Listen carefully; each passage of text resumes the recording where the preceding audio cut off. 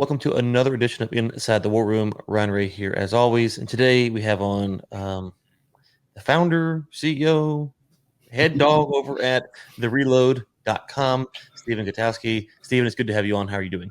Hi, it's good to be here. I'm doing pretty good. It's been a busy week. Yeah, we got there's a lot of stuff that you guys have been getting into this week. I want to get into, but maybe let's unpack why you are who you are and exactly what the reload is. Obviously, it has a gun title, so it's tied up to guns. But what's the interest in guns? Why report on guns? What got you into this line of work? Yeah, certainly. I mean, the Reload is an independent outlet. It's funded by subscribers exclusively at this point, and it focuses on sober, serious firearms journalism and analysis. That's the mission statement for the publication. I'm the founder, and I do most of the writing there as well. We have a contributing editor, Paul Crookston, who edits the pieces, as the name implies. But yeah, I've been reporting on firearms politics and policy and culture for the better part of a decade now. I was with the Washington Free Beacon previously for about 7 years. I've been on the cover of Time magazine and won several awards, including 2 Telly Awards for a show I did called Range Time. And I'm hoping to bring that sort of professionalism and classic journalism standards to the Reload and focus exclusively on firearms reporting with it. And I think we've had a lot of success so far. It's only been about 3 months, but we've broken a number of big, significant, exclusive stories. So I've been really happy with it, and it's gotten a lot of support as well from readers who've signed up to be subscribers. Of course, subscribers also get access to exclusive posts and my analysis of different issues every week. So I think it's hopefully a good deal for everybody involved. Yeah, absolutely. And we'll be sure to link to that in the show notes so people can go and check that out. So how do you, and so I won't ask you to give your position if you want to. I'll take my position. I'm a libertarian, very much pro-gun. I don't know. I have good questions about what the founders intended by the Second Amendment. And I think that shapes some of the talks around gun policy today. We have potentially what the founders intended for, but we also have the reality of the world that we lived in. When you cover it, how do you bring those perspectives in? Do you try to go back and say, well, this is just the framework that politicians are talking about, and so I'm kind of reporting on that? Or do you kind of contrast it with maybe what historic gun policy and historic arguments have been? How do you think through that? Because it's a convoluted mess, to be quite honest with you, if you kind of walk through history on it. Sure. Well, I'm a gun owner. I'm a certified firearms safety instructor.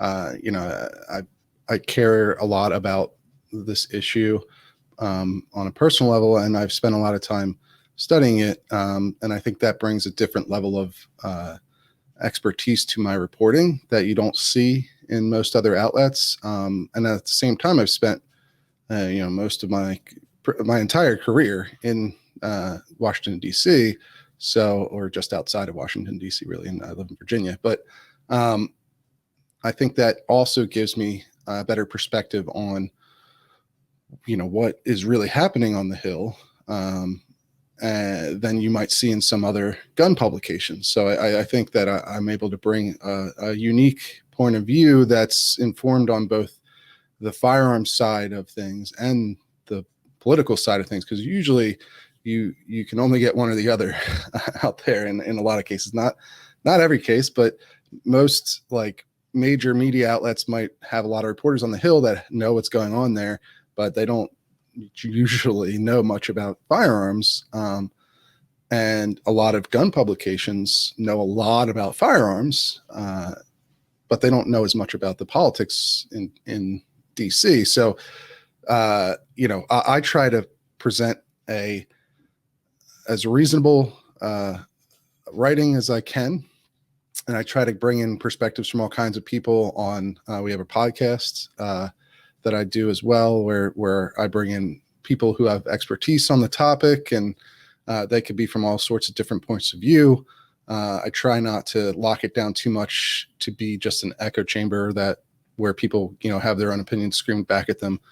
There's a lot of that out there already, and I don't think we need another outlet like that. So, the Reload is trying to be something a bit different in that sense, and trying to be sober and reasonable and open to all different perspectives without at the same time letting people get away with lies. The truth is the foundation for what I'm trying to do. So, I'm not just going to have anyone on to just say anything necessarily, but I will have somebody on who's informed and reasonable, who I might disagree with personally, or my readers might not agree with, or what have you. But that's how I try to approach things.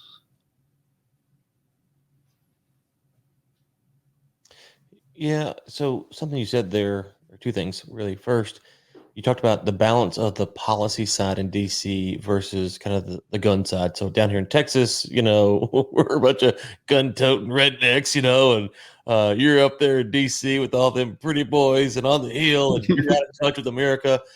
And someone who follows, the political stuff, being tied up in oil, gas, and kind of some international stuff, it's interesting to watch from afar the DC stuff, because I'll give you an example. Within the last month, I think it was the House rolled out a bill to legalize marijuana, I think, or it was in a committee maybe. And okay, it kind of made some news, but at the end of the day, any serious political commentator that followed that story realized it was more for show and tell. They weren't really trying to push it through. But if you're maybe a marijuana lobbyist, maybe it makes you somewhat happy. Who knows? Now, if there's a lot of stuff like that. Yeah. Right. There's a lot of stuff like that. So if you're an anti-marijuana person, legalization, you could jump on that and pounce on like, oh, here they come, legalization, and not trying to get into that issue per se. It's just, that's an easy example for me to go, okay, this is politics at its finest here. How do you sift through that stuff where it's just posturing and positioning, and they're not actually trying to do anything on the right or the left? Yeah, I think that's a great point, because this is extremely common with guns, right? With gun legislation, one way or the other, whether it's somebody proposing a bill that gun rights advocates love and would, love to see become law, all sorts of things, even mainstream policies, more mainstream policies like the Hearing Protection Act, which would deregulate silencers or suppressors. There's a lot of support behind that, realistic support, political support on the Hill, but it's still not going to pass, right? Because there aren't the numbers. A lot of this boils down to, like, you got to look at the makeup of Congress before you make any assumptions about any of these bills. Mm-hmm. And you have to have some sort of knowledge about, what the breakdown of Congress is right now. And so, like, you look at, for instance, today's Congress, it's very difficult to pass anything gun related through this Congress, because while Democrats have control of the presidency, the Senate, and the House, they have very tenuous grip on the Senate and the House. I mean, the Senate is literally 50-50. And so you have to rely on a tiebreaker, which means you also have to keep all 50 Democrats on board with something in order to pass it. And the Senate also has the filibuster, which requires a 60 vote threshold to get something through that body, which is designed and intended to make them create bipartisan compromises. And there just isn't much in the way of bipartisan compromise on gun policy right now. So it's very difficult to look at any of the policies being talked about, especially the more extreme ones on either side, or the more, the ones that activists get more excited about, whether it's gun control activists or gun rights activists, and see a path to 60 votes for any of those.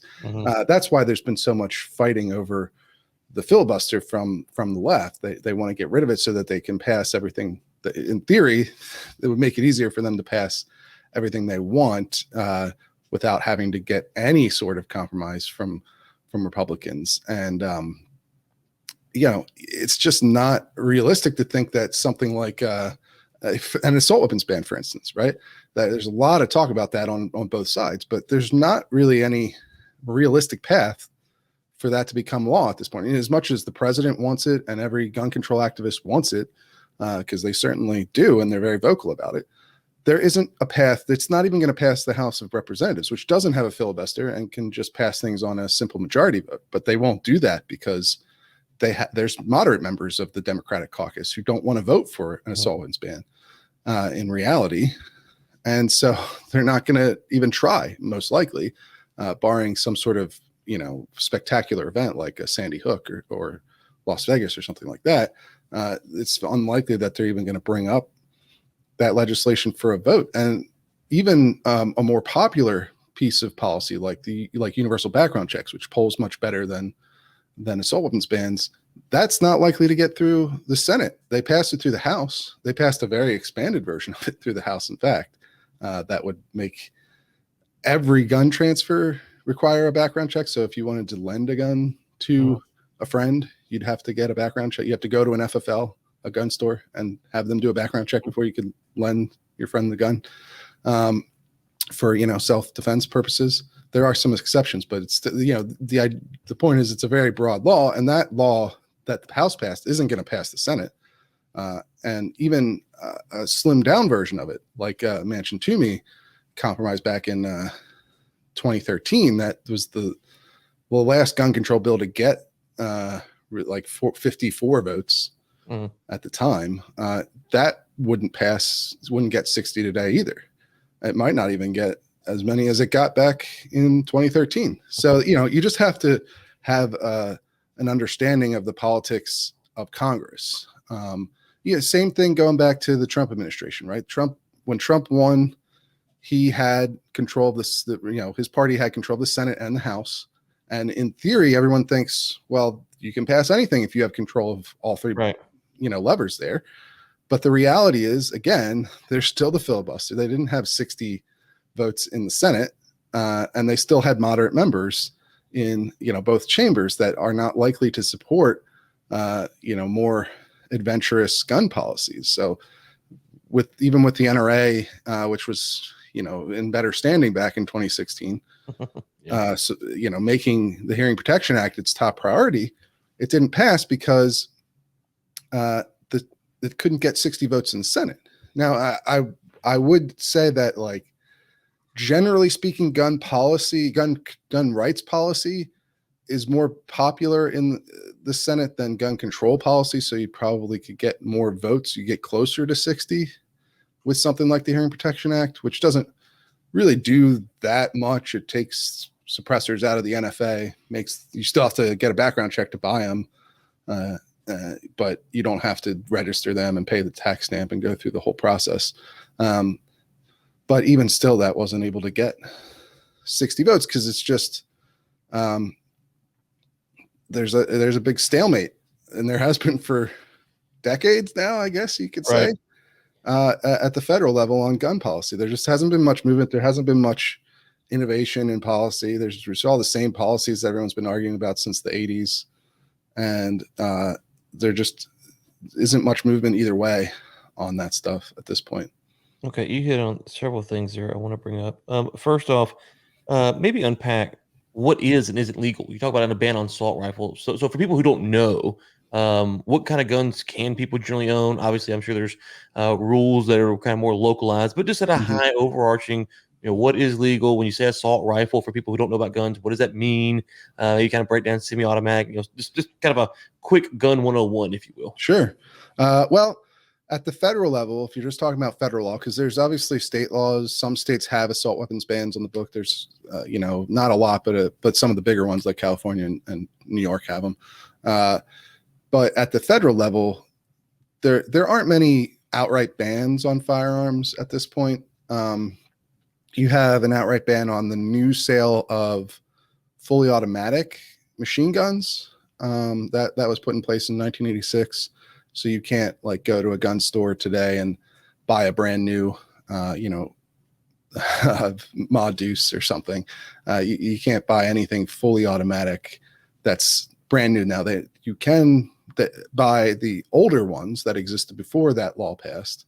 That are covered under what's called the National Firearms Act, the NFA, which regulates things like fully automatic firearms from before 1986, which are now extremely expensive if you did want to try to buy one of those, and very time intensive in getting the registration and paperwork required for it. But you can buy them, but they're like 5 figures at the cheapest for one. And, that's where silencers or suppressors are found in that law too, in the same sort of regulation, except that you can buy new manufactured ones. So you can buy brand new silencers and suppressors today, and they're actually pretty popular. There's a couple million of them out there and registered, but it requires registration and a $200 tax stamp, and that can take 9 months to a year to complete. So, a normal gun, you can go a normal handgun or rifle, semi-automatic rifle that fires one shot per trigger pull. You can go into a store and buy those in most states the same instantaneously. The background check system is literally called the National Instant Criminal Background Check System. Doesn't always live up to the name, but that's the concept. And so you can buy a regular gun that's not under the NFA and just walk out with it in most states, as long as you pass the background check. And, but when it comes to a few classes of guns, like machine guns, silencers, and suppressors, they're not guns, but you get the idea. Short-barreled shotguns, short-barreled rifles are also under this law, the National Firearms Act. And they also require registration and a tax stamp and paperwork in this long waiting period to get. That's why some people have, one of the more recent controversies, one of the things that President Biden wants to do is effectively ban what are called pistol braces. So the way that the law is drawn up, this is a law from 1934. It was in response to the gangland era, Al Capone and Machine Gun Kelly and all those people that we all know from movies. But this is the first big federal gun control law was in response to that stuff. And so it went after things like Tommy guns and sawed-off shotguns and the like. So that's why they're in this somewhat convoluted federal law. But the way that they define some of these terms leaves a lot of gray area. So something like an AR-15, like I have behind me here, if I had a barrel on that was shorter than 16 inches, it would be classified as a short barrel rifle because I have a regular shoulder stock on it. But if I take that shoulder stock off, or if I made this gun without a shoulder stock, and instead put on what's called a pistol brace, then it's not designed to be pressed against my shoulder anymore.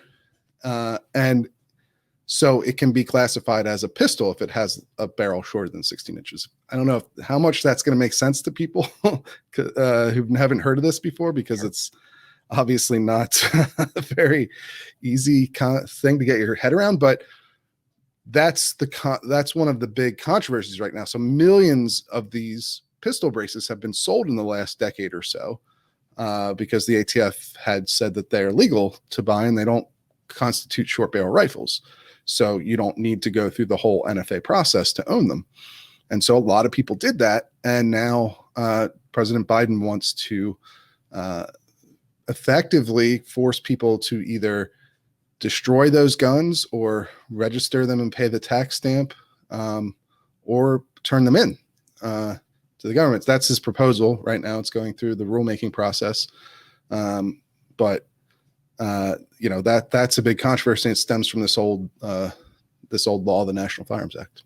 Well, yeah, it is complicated, and if they don't understand it, that's at least a starting spot to go and look up these terms. What do they mean? Because when you hear about, if there's a tragic event with a shooting, there's a lot of things about how we regulate it, what laws, and you start actually thinking about guns. And if you're not familiar with how they work practically and all the functionality, it's more than just pulling a trigger and shooting. And so it's kind of good to hear someone kind of unpack this for people who aren't familiar, because it gives them something to go research. The other thing you mentioned I want to circle back around on is, people, how they vote in Congress.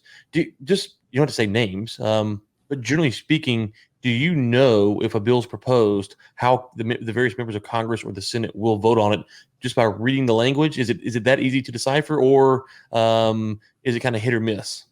It's not always that simple, right? There's obviously signals as to whether or not a bill is a serious bill that's going to get real consideration. For instance, it can really depend on who's introducing it. So if someone like,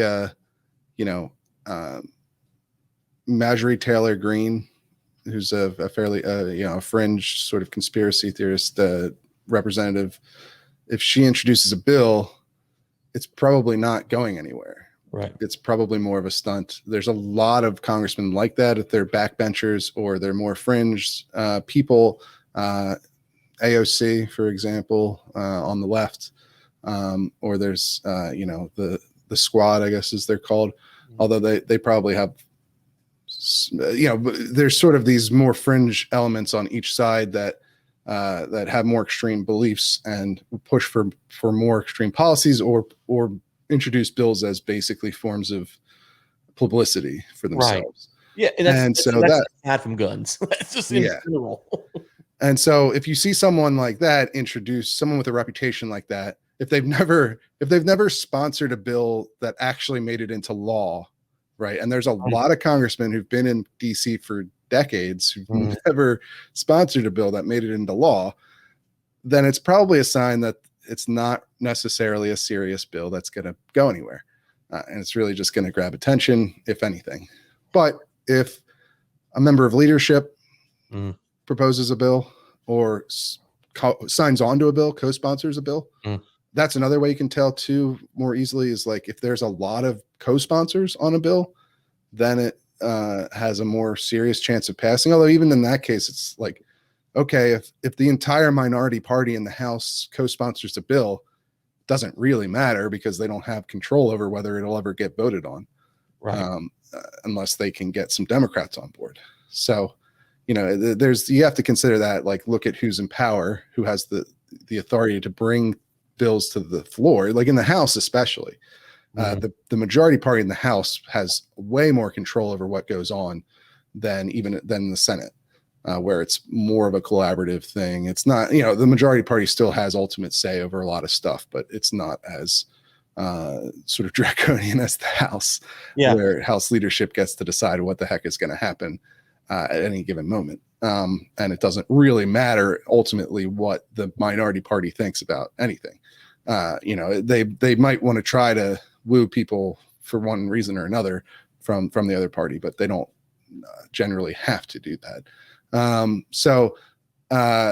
That's probably one of the easier tells. And then even in the situation where, let's take the House, right, as an example, but you could do this for the Senate too. Maybe Nancy Pelosi passes. I mean, we could take the gun control bills from this Congress. The House has passed 2 gun control bills: the universal background check bill that we discussed earlier, and a bill to shorten the to lengthen the amount of time that the FBI has to investigate delayed background checks, to the point where it would effectively, someone could get caught in an infinite loop of delays without ever having a conclusion reached as to whether they're actually prohibited from owning guns. But so the House passed these 2 bills, right? They made it through they got it through. They barely did. They only passed by, a margin of 1 or 2 votes in each case. But, you think, well, okay, that's a serious bill then, because it passed the democratically controlled House. So Democrats control the Senate and the presidency, and the president supports all this stuff. And a lot of the Democrats in the Senate support it openly. But realistically, there's not much of a chance that either of those things ever make it into law, because, as I talked about before, you need 60 votes in the Senate. And even if they eliminated the filibuster, you would still need 50 votes at least. And as things stand now, 1, they're not going to eliminate the filibuster, and 2, they don't have 50 votes for either one of those bills in the Senate. They don't have 50 Democrats. And midterm races are coming up soon, so everyone, and they don't have a lot of time left. Yeah, right. So people are moving more to the center, less want to pass controversial bills, and so the time is running out on that. Yep. Okay, so a couple quick more policy general things, and then I want to talk about some of the stories from this week. You mentioned the UBI. Just kind of quickly go over. Again, when there's a big shooting or something, people are like, "Oh, we need to make tougher to buy guns." You got the gun show loophole. There's all the talking points that far better than I do. Maybe hit some facts, some myths, and just what generally people should know about that.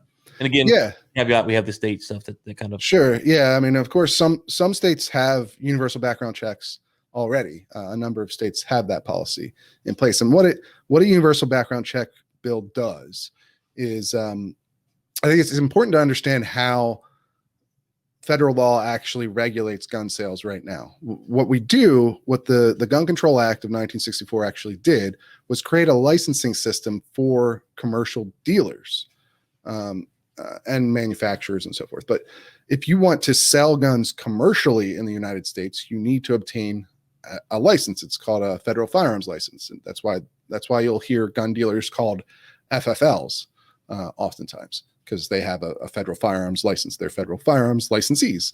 So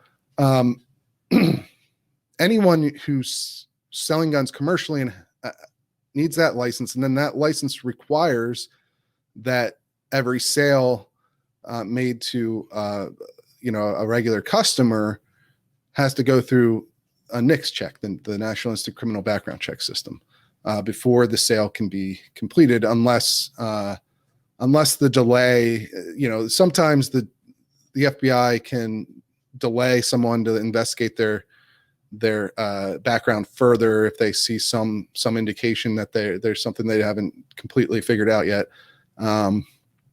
And they have 3 days to complete that before the sale can go through as sort of a safeguard against just infinite delays. But of course, the FBI, even after that period, they can continue to investigate. And if they figure out someone is prohibited, they can go and take their gun away from them, which happens about 1,000 times a year, or maybe a little bit more than that. So the system is based on commercial sales. It's based on licensing of commercial sellers. There's no license requirement for a private sale. If you don't sell guns as a business, if you're not trying to make a profit doing it, it's not like a job for you, then like if you're just selling your used guns after, you're done with them, or you want to clear out some of your collection, or you need to recoup some money, whatever. Like, as long as you're not doing it as a business, if you're not in the business of selling firearms, you don't need a license. And so you don't need to conduct background checks on your sales to other people. There are additional rules, like you can't sell handguns across state lines currently. So, you can't take your handgun in Texas and go to Oklahoma and sell it to somebody there. At least you can't do it legally. And so there are a few rules even for private sellers at this point, but and you can't sell guns to someone that you have reason to believe is prohibited from owning guns. So like criminals and people who've been dishonorably discharged from the military, or who have been committed as adjudicated mentally ill as a threat to themselves or others, that kind of thing. But there's no general requirement for someone who's selling a gun, of their personal used gun, to another person in their state to do a background check. So that's what they want to change, right? Advocates of universal background checks, because under universal background checks, all sales doesn't matter if it's a licensed dealer or a private individual, every sale has to be made through a licensed dealer, essentially. Like if you wanted to sell your used gun to your neighbor, you'd have to go to a gun store and have them process the transaction and do a background check on your neighbor. They probably charge you some sort of fee for that, of course, but that's how it works. And then some of these proposals, like the one that the House passed, that's how most of the state laws, like the one here in Virginia that they passed recently, just deals with sales, like actual sale of a gun to a third party. But the House bill would take it a step further and require every transfer to require a background check to go through a licensed dealer, because that licensed dealers are the only ones who have access to the system. You can't, a regular private individual can't get access to NICS and just run background checks willy-nilly. That's not how it works. So instead, you'd have to take your gun to a gun dealer, have them do the background check for you before you can legally transfer it. Otherwise, it's a crime, a federal crime. But this bill, yeah, it wouldn't just be on sales. It'd be any transfer that's not to like a family member or for hunting purposes, or if if you're just showing someone a gun at the range. But for instance, like I said earlier, if you wanted to let somebody borrow a gun because they were afraid they fear for their safety, right? They have a threat or something against them. I've done this at the height of the pandemic. I had lent a gun to friends who were worried about everything that was going on. And that would have been illegal under the House proposal because I'm not related to them. And it wasn't for hunting or whatever else. It was, there's no exception for self-defense, a general self-defense concern. So that's how these bills work. You mentioned the gun show loophole, right? Well, it really has nothing to do with gun shows. There's no special carve out in the law for gun shows. Gun shows, the reason they get brought up, I guess, is because people tend to do private sales at gun shows. But every gun show I've been to, most of the people selling guns there are licensed dealers. So they still have to do the background check and all that at the gun show. It's only people who are private sellers who don't have to do background checks. And you can only do that if you're not trying to do it as a business. Well, I mean, to take what you said a minute ago, you would have to have, I don't know, theoretically, a booth at a gun show that's like all knives, and you have like one pistol sitting there, one gun sitting there. Like, oh, by the way, I'll say this, I guess maybe, but I bought a gun. I mean, to your point, if you go to a gun show, those are all dealers. I bought a gun from a gun show, had to get a background check. A lot of them are, yeah. And so, if you've got 40 guns up there, it's kind of hard to argue that you're not a dealer.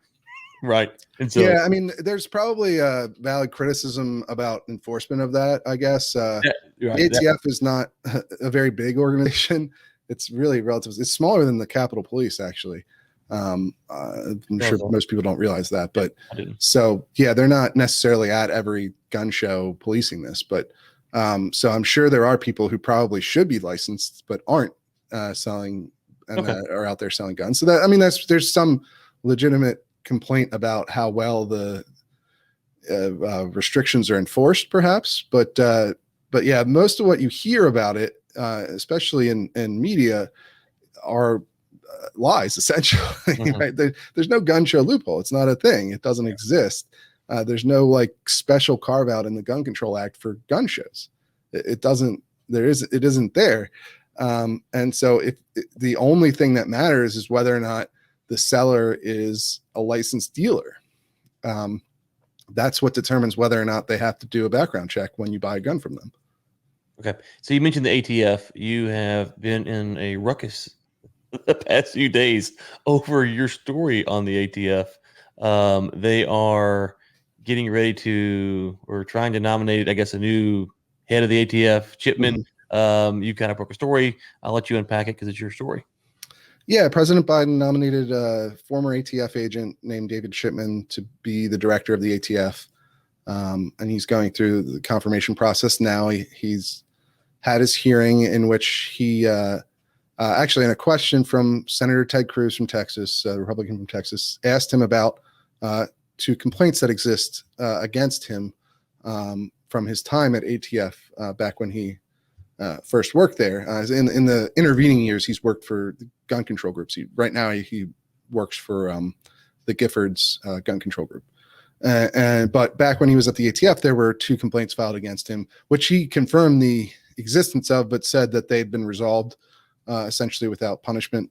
And so there is a FOIA lawsuit that came out, was filed last month, in which the people who filed it claim that an ATF agent, black ATF agent, filed a complaint against Chipman for denigrating black officers who were up for promotion. The claim is that he said that too many black officers had passed this assessment for the promotion and that they must have cheated in order to do that. And so this claim had been out there, but no, so when I heard it, I thought, well, we don't know if it's true or not. I should see if anyone else in the ATF had heard this story, because at the very least, we can know if this story was just made up now. There's some possibility that could have just been made up when these people filed this suit. But that's not the case. I was able to speak to several ATF agents who had heard this story independent of this lawsuit, and back before it was filed. And I had, in fact, a current agent had heard it years ago. So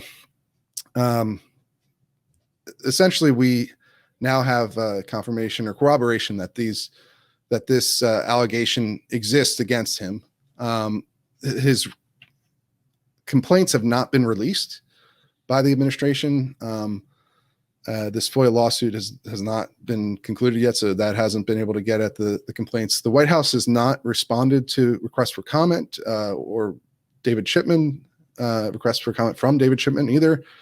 So we don't have a denial of any of this. We don't have any further explanation on whether or not this happened, what the circumstances were, what David Chipman's side of this is, which I'd be interested in hearing for sure. Obviously, he's up for an important role as director of the agency that regulates the gun industry. And I think people deserve transparency on what's going on with him. He claims that these were resolved. So I don't see why people shouldn't be able to read them for themselves, and so you've had, since the story broke, you had all of the Republicans on the Senate Judiciary Committee write a letter to the chairman asking for a new hearing on David Chipman to explore these allegations, to try and investigate them. And you had Mitch McConnell, who's the minority leader in the Senate, the Republican, call for President Biden to withdraw his nomination. Chipman has been in a state of, his nomination's been in a state of limbo for a while now. He has not gotten enough support to make it through yet. All of the Republicans, including the moderate Republicans like Susan Collins of Maine, Pat Toomey of Pennsylvania, they've come out and said they won't vote for him even before these allegations were corroborated. So now you have John Tester of Montana as a Democrat, Joe Manchin of West Virginia, and Angus King of Maine. And they're all on the fence about voting for him. They haven't committed to voting for him or against him at this point. So it's still up in the air as to whether or not we'll ever get those complaints released, or whether or not he'll ever even be put up for a vote to be confirmed.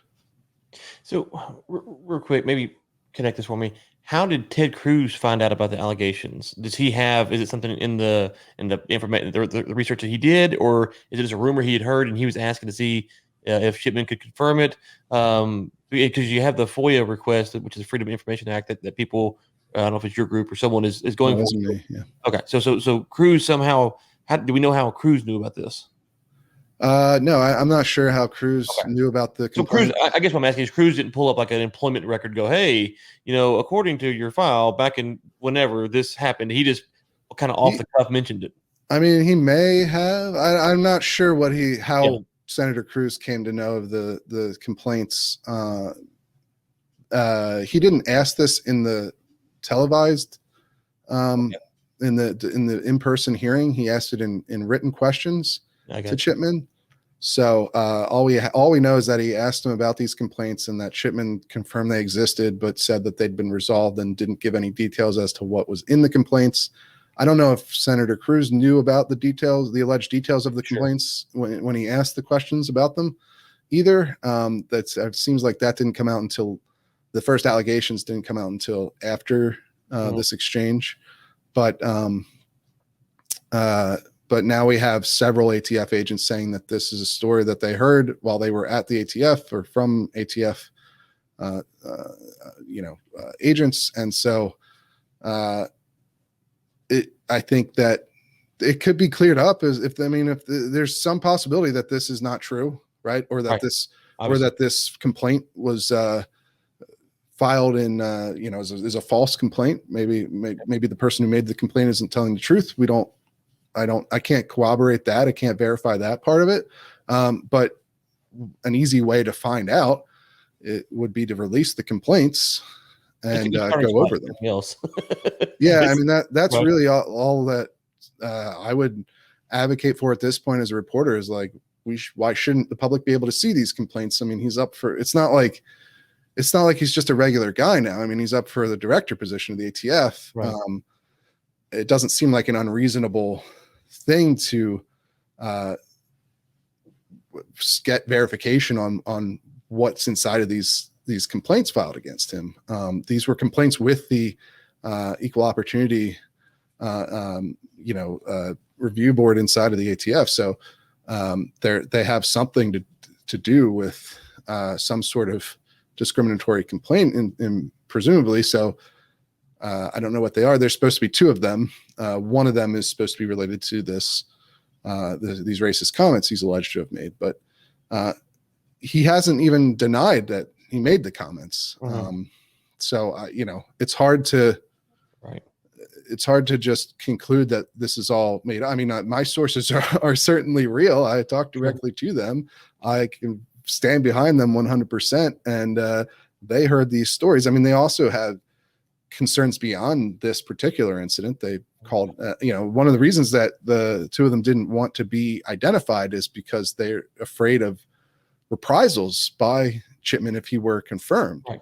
One of them called him, said he has a reputation for being a bully, and worried that he could reassign agents that he doesn't like to far-flung posts. So that's why they aren't on record with their names. Obviously it's always better from my point of view as a reporter if I have a source who's using their name, but that's not always possible because sometimes people have legitimate reasons why they can't have their name made public, because they could face retribution at their job, or they could be, in other cases, obviously they could face physical harm if they're, if someone is, it's giving you information about a criminal operation or something like that. That's not the case here, but certainly these agents fear that their livelihood could be ruined, or that they could have to uproot their families and move across the country. If they're identified and then Chipman uses his authority as director, if he gets confirmed, to, enact some revenge, basically, right, which is a legitimate concern. Yeah, the unnamed source thing is always a tough thing to balance, right? Because I think kind of how you've unpacked this is if I understood your position correctly, is that there are these allegations. Chipman has seemed to confirm what we believe these allegations are.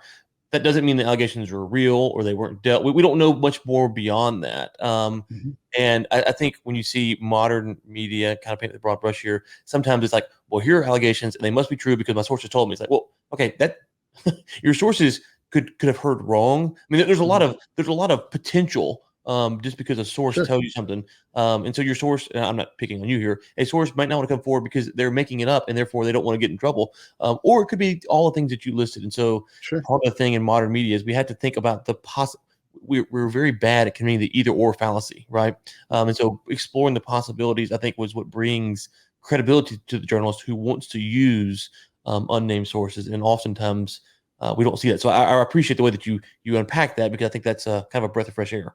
Yeah, and that's why also it's important as a reporter to reach out to the people that you're writing about, which I did in this case. I reached out to the White House several times and didn't get any response from them. The ATF responded by saying that they can't comment on nominees and referred me to the White House and the DOJ. DOJ didn't respond, and neither did the White House. So it's, if they had responded, I would have put that response in the story, but they didn't. They haven't said anything to this point. You've had some gun control groups have tried to attack me personally over the story, but they don't have any. They haven't brought up any sort of evidence that what these agents have told me is not true.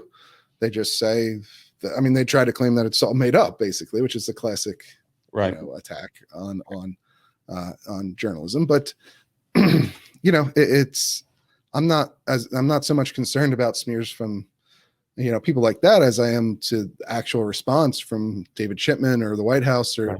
or anyone involved who could say, no, this isn't true, or that explain that these allegations were false, or the ATF investigated this and found that they weren't true, or something along those lines would be, those are all possibilities, but nobody has put forth that argument from the White House or David Chipman himself. So we don't know exactly. All we have is what people are telling us, in terms of what he's alleged to have said. So I'd be very interested to see some sort of response to that from him or the White House. Okay.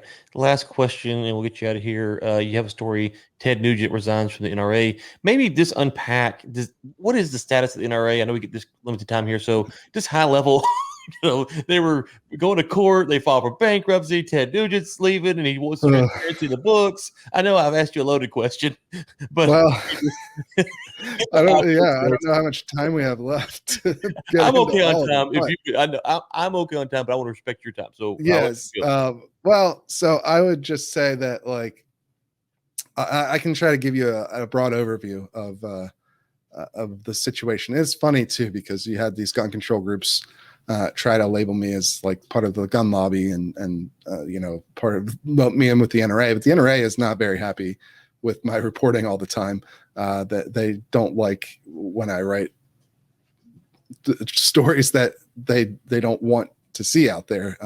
Some of the leadership there, and presumably this Ted Nugent one would be in that vein. Ted Nugent is resigning from the board. He's probably their most famous board member at this point. They have a couple of celebrity board members. I think Karl Malone is still on the board, I believe. Tom Selleck used to be on the board until 2018, but and then obviously Charlton Heston was president years back. But Ted Nugent, the rocker, and who's made some very awful and crazy comments over the years, but also has been a long time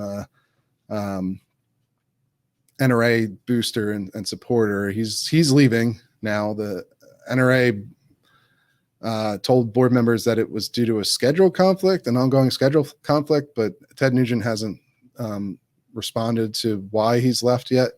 So it'll be interesting to see if he ever makes comment. He did back in 2019 when this whole mess at the NRA began. Nugent was one of the board members who said that he wanted, total transparency, and he wanted to open up the books to, see what's going on inside of the NRA and give accountability to the membership. But now he said that was his main reason for being a board member, was to bring, accountability for the members. And so, but now he's leaving. And he's just latest in a number of board members who've resigned over the last 2 years.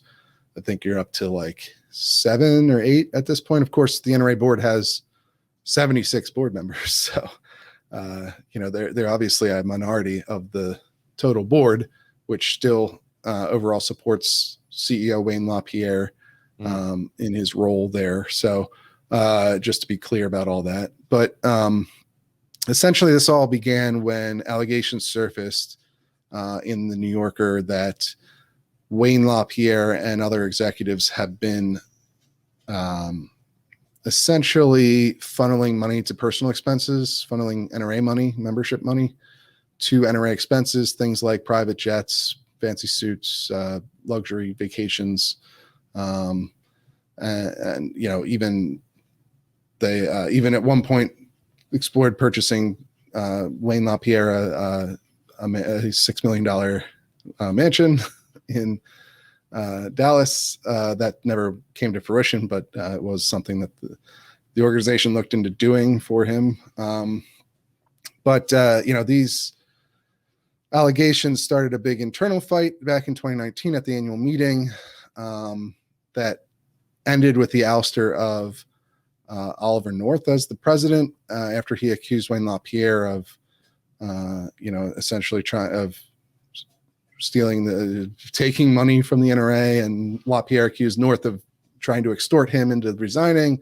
And they have had a big legal fight with their former top contractor, Ackerman McQueen, which was, their company they were spending like $40 million a year on at one point, and that they've worked with for 30 years. And actually that orchestrated the presidency of Charlton Heston back in the 90s.